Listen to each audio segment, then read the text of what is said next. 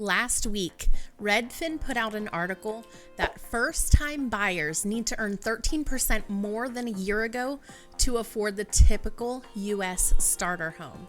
Essentially, they took the national data and found that a first-time home buyer must earn roughly $64,500 per year to afford the typical U.S. starter home, up almost 13% from a year ago. That's $7,200 more in a year.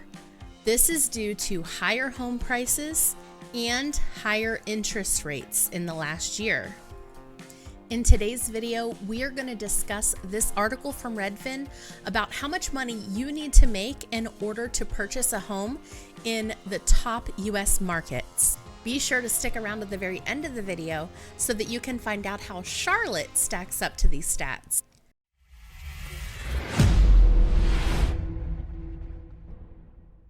By the way, if we haven't met yet, I'm Kristen Rapoli, licensed real estate agent in Charlotte, North Carolina.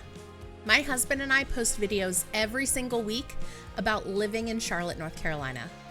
We also post videos about the local real estate market and some of the hot neighborhoods in the area, many of them new construction.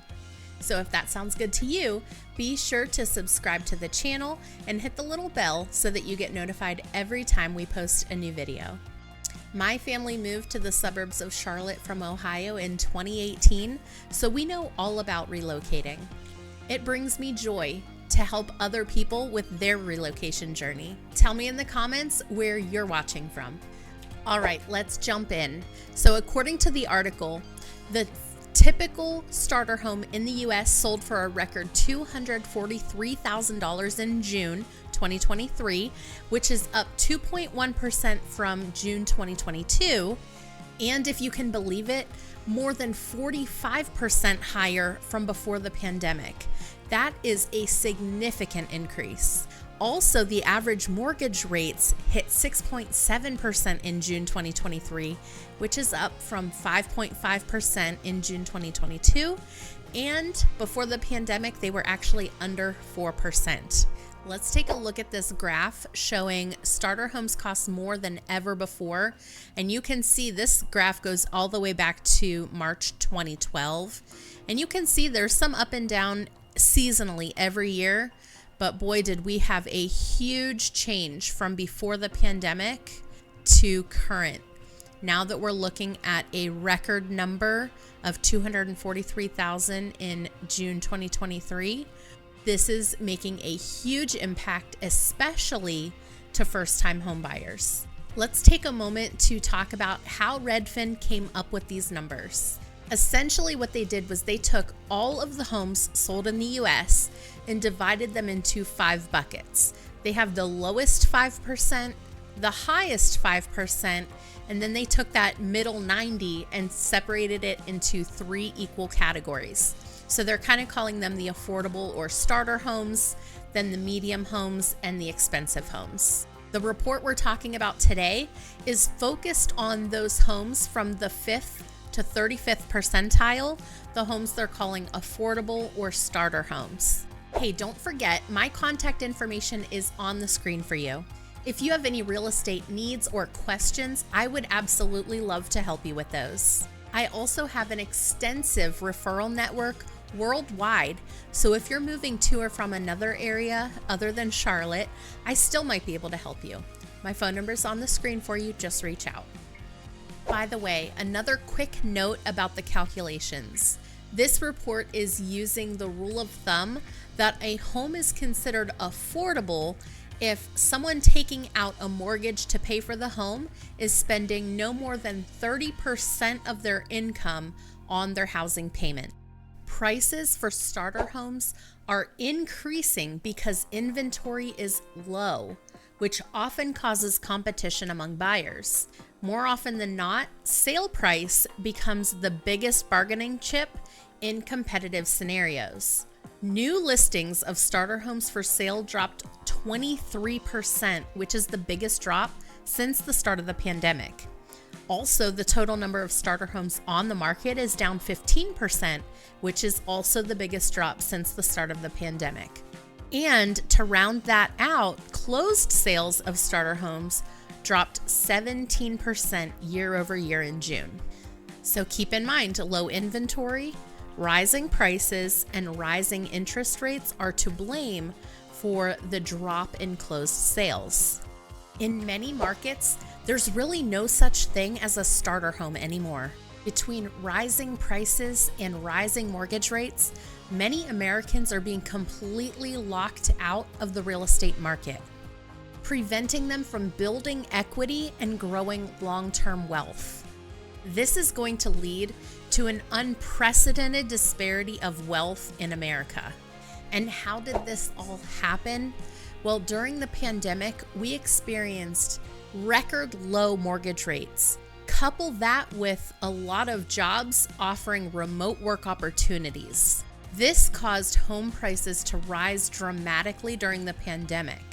Now, rising interest rates are causing an affordability crisis for Americans, especially targeting those first-time home buyers. A person looking to buy a starter home today will be looking at a monthly mortgage payment of almost double what it would have been before the pandemic.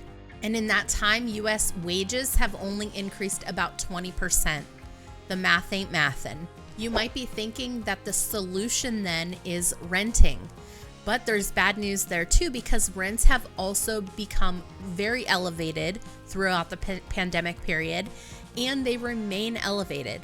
In fact, where we are right now, the typical rent is just shy of the all-time high from 2022, when the typical rent in America was $2,053 a month. But what about people buying in those other tiers that we mentioned, the middle and the expensive tiers? Well, they're feeling this too. Their monthly housing payment is still about 13% higher this June than it was last June in 2022. But those buyers have options for lowering their monthly budget by maybe taking out something that they were originally looking for in a home or changing the location a little bit. Buyers in the affordable category really are looking at that bare minimum and don't have a way to take out anything or lower their budget. That's why this article and video are about them. You may be wondering if everyone is feeling this increase. Well, San Francisco, Austin, and Phoenix are actually feeling a bit of relief because their first-time home buyers will actually spend less this year, mainly due to declining prices of starter homes. Before we jump into the good, the bad, and the ugly stats, let me remind you, my contact information is on the screen for you. If you have a question about real estate in Charlotte, North Carolina, all you have to do is call. Believe it or not, I'll actually answer my phone. It's not hard to believe that the worst increases happened in Florida. Topping the list was Fort Lauderdale, where buyers need to earn $58,300 per year to purchase a $220,000 home. Just behind was Miami, where buyers need to earn $79,500 to afford the typical starter home at $300,000. This means buyers in Miami need to make nearly $25,000 more this year than they did last year to afford that starter home. Third on the list, we get to leave Florida and go to Newark, New Jersey, where buyers need $88,800, up 21.1% from last year, to afford a starter home priced at $335,000. You might be wondering, why are things so bad in Florida? You can probably imagine Florida is attracting retirees and remote workers still in 2023. Can you blame them? I mean, Florida has great weather, beaches, and don't forget, the most magical place on earth. All that, and home prices are still relatively affordable. Homeowners insurance might be another story, but we'll save that for another time. So far, one of the main factors we've talked about is how mortgage rates are impacting these numbers. Let's talk for a moment about cash buyers. In May 2023, more than 1/3 of the starter homes sold in America were sold to cash buyers. That's 36.6% of the homes sold in our country, and the buyers were paying with cash. Just a quick note, everything else we've talked about has been from June 2023. This number, Redfin does not have an updated June statistic for, so we're looking back 1 month and looking at May.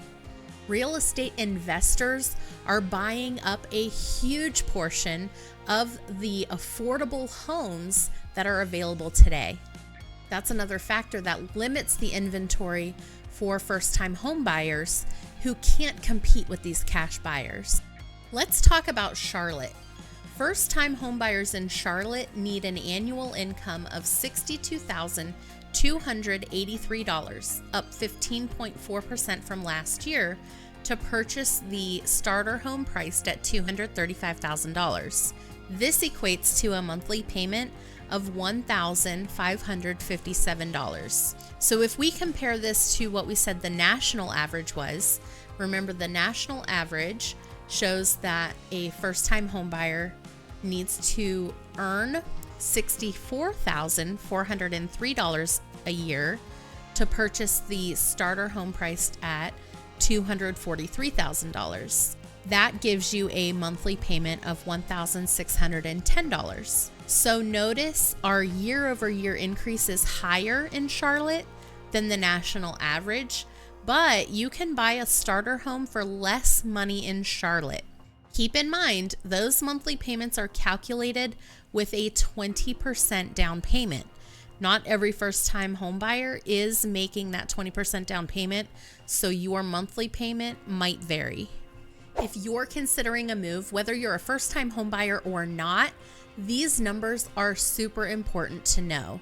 Knowledge is power, so be sure to like this video, share it on your social channels, and subscribe to the channel.